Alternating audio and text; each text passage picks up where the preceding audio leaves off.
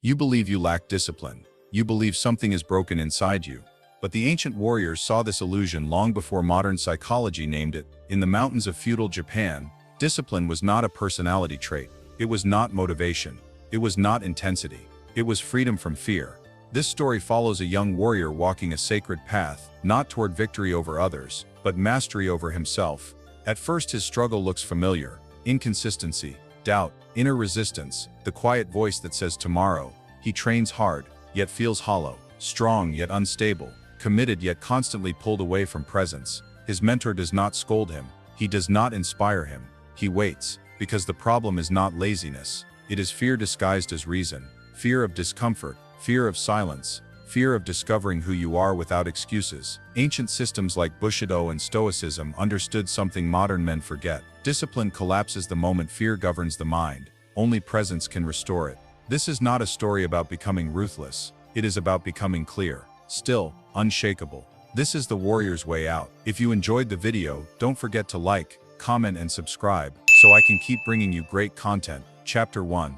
The Illusion of Weakness. The warrior wakes before dawn, not because of discipline, but because rest has become shallow. The air is cold, the world is silent, yet inside him, noise has begun to grow. He walks the familiar path toward the training ground, sandals pressing into damp earth. This path once felt sacred.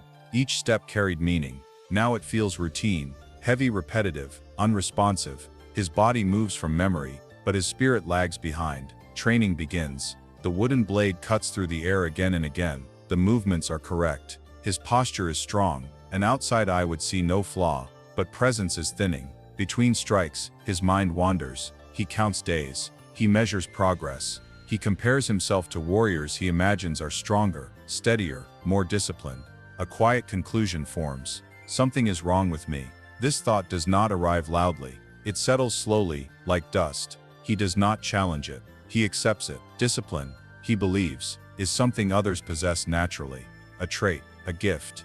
And he believes he lacks it. From the edge of the clearing, the mentor watches without interference. He has seen this stage countless times. Not collapse, erosion, not rebellion, confusion. Warriors rarely fall apart dramatically. They dissolve internally, one unnoticed thought at a time. The warrior finishes training frustrated, not exhausted. That disturbs him more than pain ever could.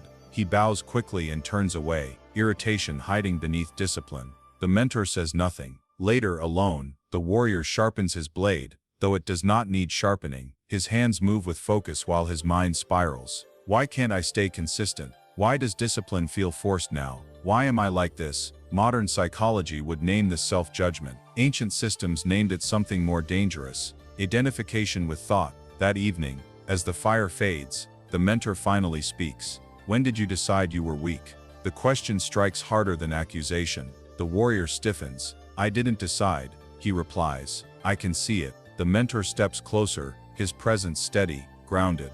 Show me. The warrior lists his evidence. Missed sessions, wandering attention, emotional resistance. Each word reinforces the verdict he has already passed on himself. He believes this honesty is strength. The mentor listens patiently. You have described moments, he says at last. You have mistaken them for identity. The warrior frowns. He does not understand.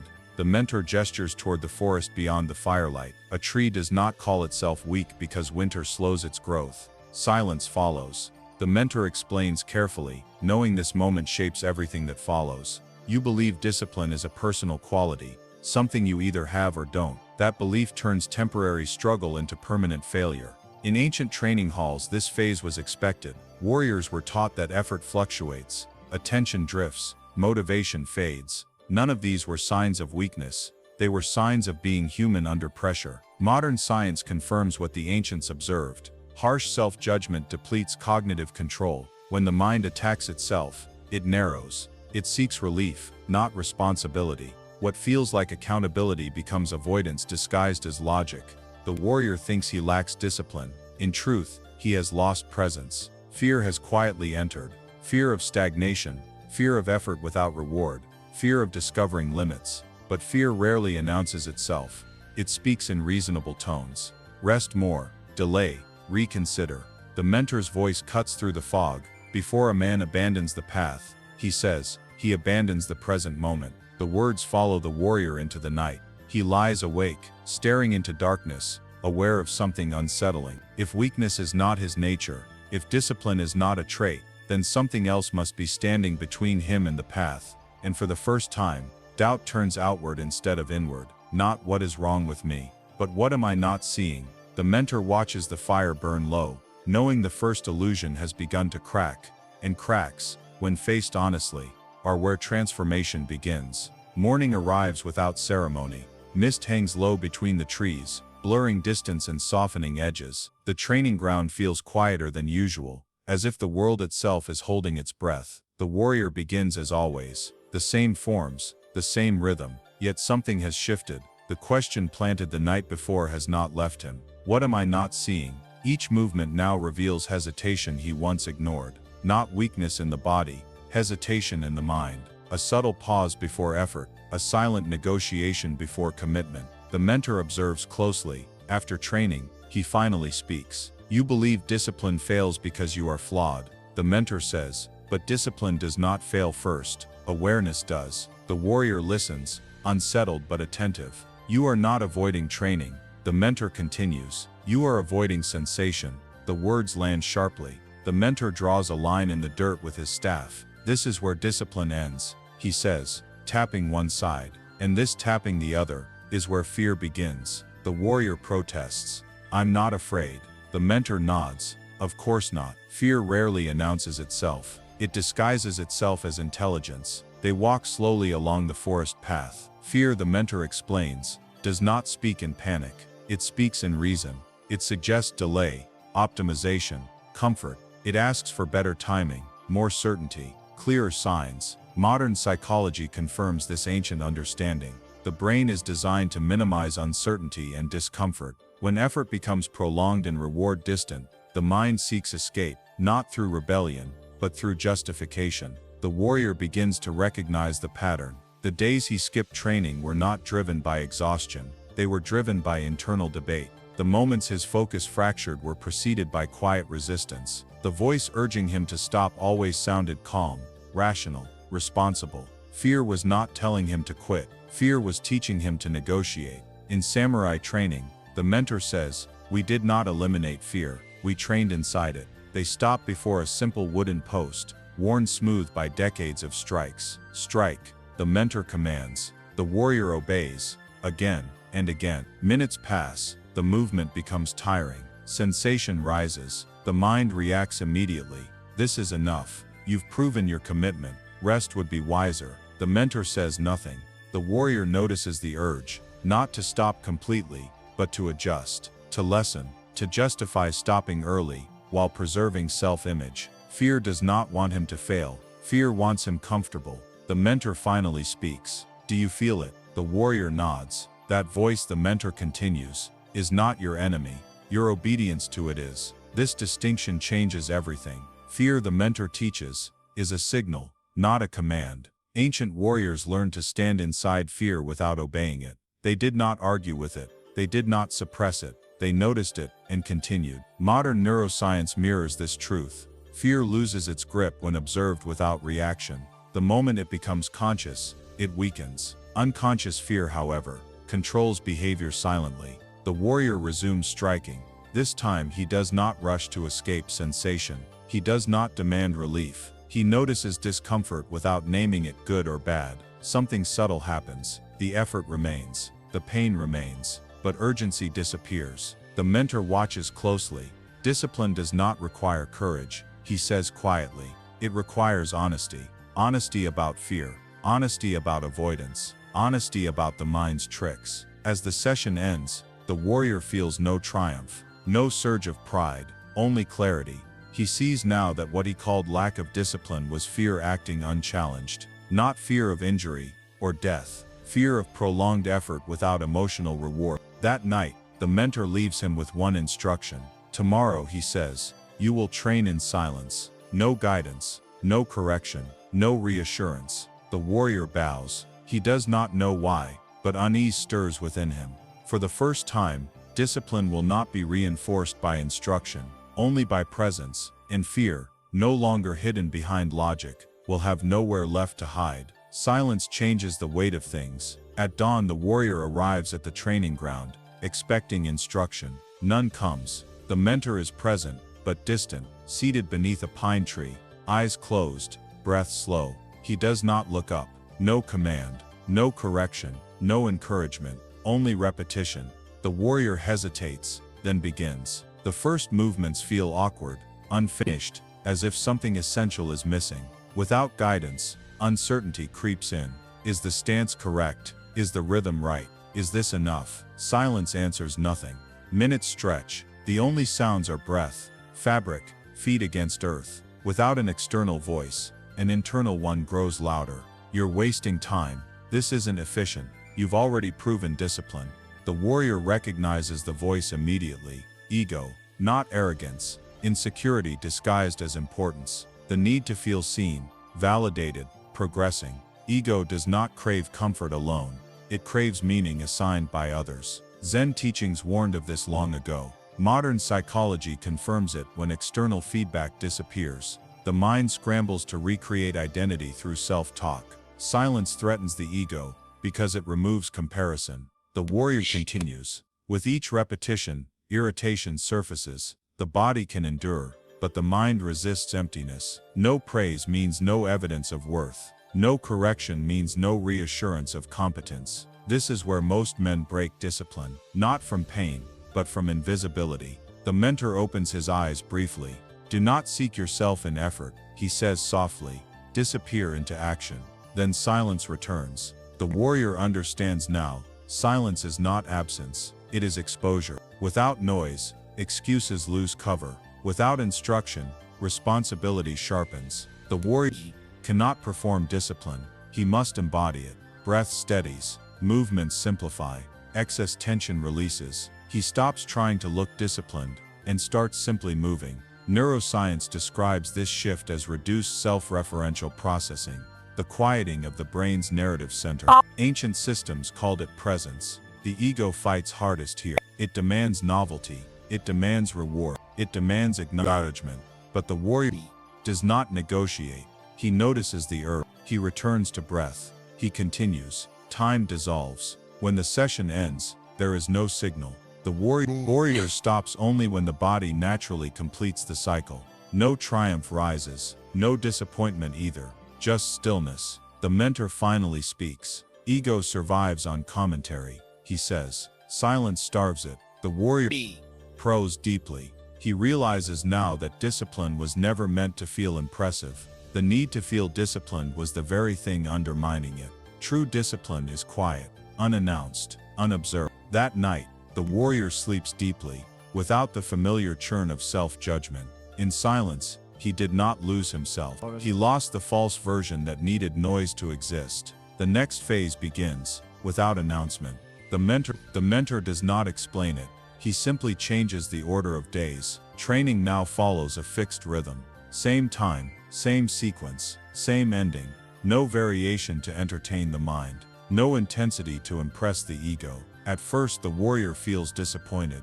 There is no challenge to conquer, no dramatic struggle, no sense of pushing limits, just structure, firm, repetitive, unchanging.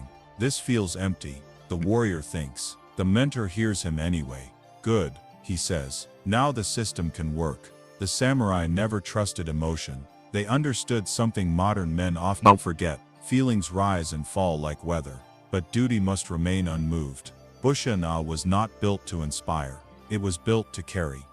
The mentor explains it simply. When emotion leads, discipline collapses. When structure leads, discipline survives. Each day now begins the same way. Wake, clean, breathe, move, train, reflect, rest. No negotiation, no evaluation of mood. The warrior notices something unexpected. He feels lighter. Before, each decision drained him. Should I train now or later? Harder or softer? Longer or shorter? These questions exhausted his will before the body even moved. Modern psychology names this decision fatigue, the depletion of cognitive control through constant choice. Ancient systems solved it without language. Remove choice. The samurai code was an ancient operating system. You did not ask how you felt. You honored the structure. The warrior begins to understand why boredom was intentional.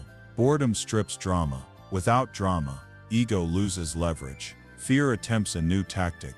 What if this makes you average? What if you plateau? What if this is a waste? The mentor responds without emotion. The mind fears consistency because consistency reveals truth. Days pass, weeks follow. The warrior stops waiting for motivation. He stops measuring effort. He simply enters the sequence. Something stabilizes inside him. Neuroscience supports this transformation. Predictable routines reduce stress hormones and preserve mental energy. The ancient system was not harsh. It was discipline no longer feels like resistance. It feels like alignment.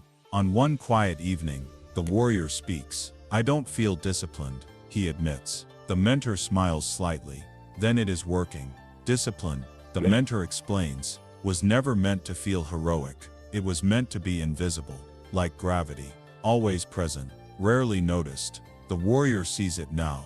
When emotion disappears, structure remains. When motivation collapses, the system holds. When fear whispers, the path continues. This is the samurai code beyond inspiration. Not intensity, not obsession, but quiet loyalty to repetition. One morning, the warrior realizes something startling. No longer debates training. The thought simply does not arise. Action happens before argument. The ancient system has taken root. That night, the mentor offers his final instruction for this phase. Do not personalize discipline, he says. Let the system be strong so you do not have to be. The warrior falls, understanding fully. Strength was never about forcing himself forward. It was about building something that moves him, even when he feels nothing.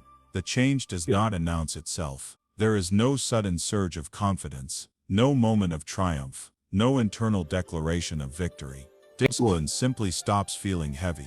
The warrior wakes before the thought of waking forms. His body moves without debate. The familiar sequence unfolds. Clean, breathe, move, train. Not because he is forcing himself, but because there is no longer a voice asking why. This is unfamiliar territory. Earlier, discipline felt like effort against resistance. Every action required friction. Now action flows without tension. The mentor watches closely. This is the dangerous stage, he says quietly. Dangerous? The warrior asks. Yes, because the ego returns differently. Before ego resisted discipline.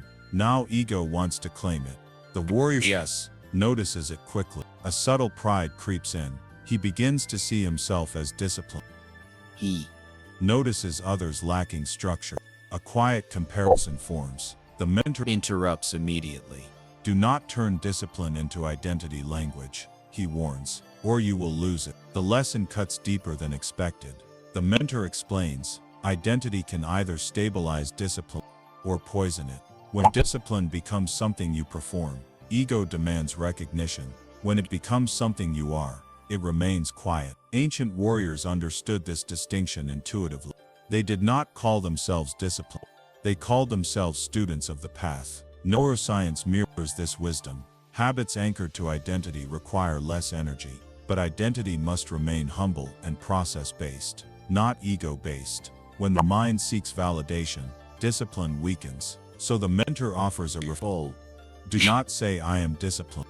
Say I walk the path. The difference is subtle and absolute. The warrior applies it immediately. He trains without narrating his effort. He rests without guilt. He improves without announcing progress. Others begin to notice, not intensity, not aggression, but steadiness. In conversation, he listens more than he speaks. In conflict, he reacts less. His presence feels grounded, almost immovable. This is the quiet power ancient texts describe. When discipline is no longer an effort, it frees energy. That energy turns into awareness. Awareness reshapes behavior beyond training. Speech, posture, attempt. Art's fear tries one last approach. What if you lose this? What if you fall back? But fear finds no surface to grip. Discipline is no longer dependent on emotion. There is nothing to protect, nothing to defend. The path continues, whether fear appears or not. One evening, as rain settles over the monastery roof, the mentor speaks again. Most men think mastery is control. He says, it is not. Mastery is reliability.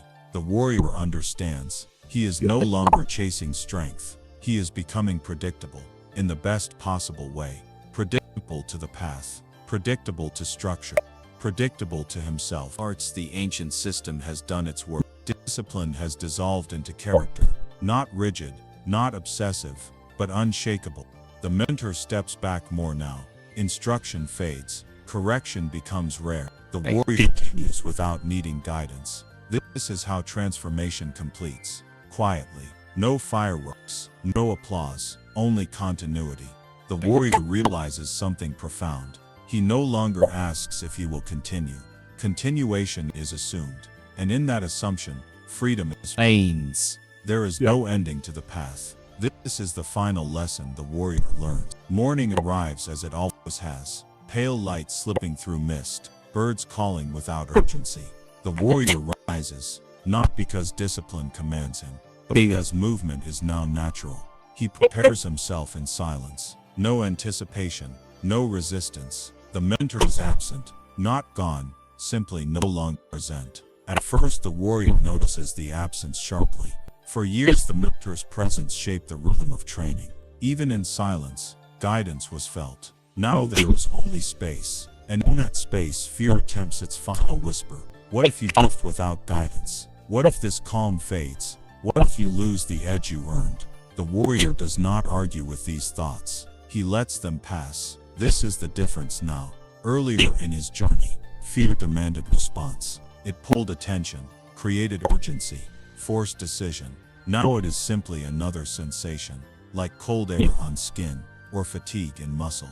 The ancient system has rewired him. Fear is no longer an enemy to defeat. It is information to observe. As he trains alone, the warrior notices something subtle, but powerful. His actions no longer depend on outcome. He does not measure progress. He does not imagine future reward. He does not seek reassurance that this effort will be worth it. He simply trains. This is freedom. The mentor's final teaching returns to him, spoken long ago, but only now fully understood. The man who needs results to continue is already trapped. In Stoic philosophy, this is the discipline of action without attachment. In Zen, it is doing without grasping. In samurai tradition, it is loyal to the path itself, not its reward. Modern psychology echoes the same truth. When behavior is tied to outcome, motivation becomes fragile. When behavior is tied to identity and presence, it endures. The warrior walks through the village later that day. People move quickly. Voices rise and fall. Faces tighten with work, ambition, distraction. The world remains restless, but something has changed. The warrior no longer absorbs the chaos. His presence is steady, his attention wide. He listens without urgency. He responds without haste. Even silence feels complete. This is what unshakable discipline looks like from the inside. Not pressure, not control, but grounded continuity. Fear still appears, in different forms now. Fear of loss, fear of stagnation, fear of time passing, but none of it commands him. Ease. Because discipline is no longer a shield against fear. It is a way of standing within it. Yes. The warrior understands now why ancient masters rarely spoke of victory. Victory ends. Presence does not. That evening, as the sun lowers behind the mountains, the warrior performs his final ritual. Not because it is required, but because it honors the path that shaped him. He bows, not to the mentor, not to the mentor, not to tradition, but to the discipline itself. He sees clearly. Now, he was never undisciplined. He was never weak. He was reacting to fear without awareness. And awareness changed everything. The path ahead stretches forward, long quiet, without promise of comfort. But the warrior does not hesitate. He does not need certainty. He does not need motivation. He does not need reassurance. Presence in discipline is no longer something he maintains. It is something he lives. And so he walks on, calm, steady, unenslaved. Not chasing freedom, embodying it. You are not undisciplined. You are enslaved by unconscious fear. Freedom is found through presence, silence, and loyalty to the path when ego demands escape.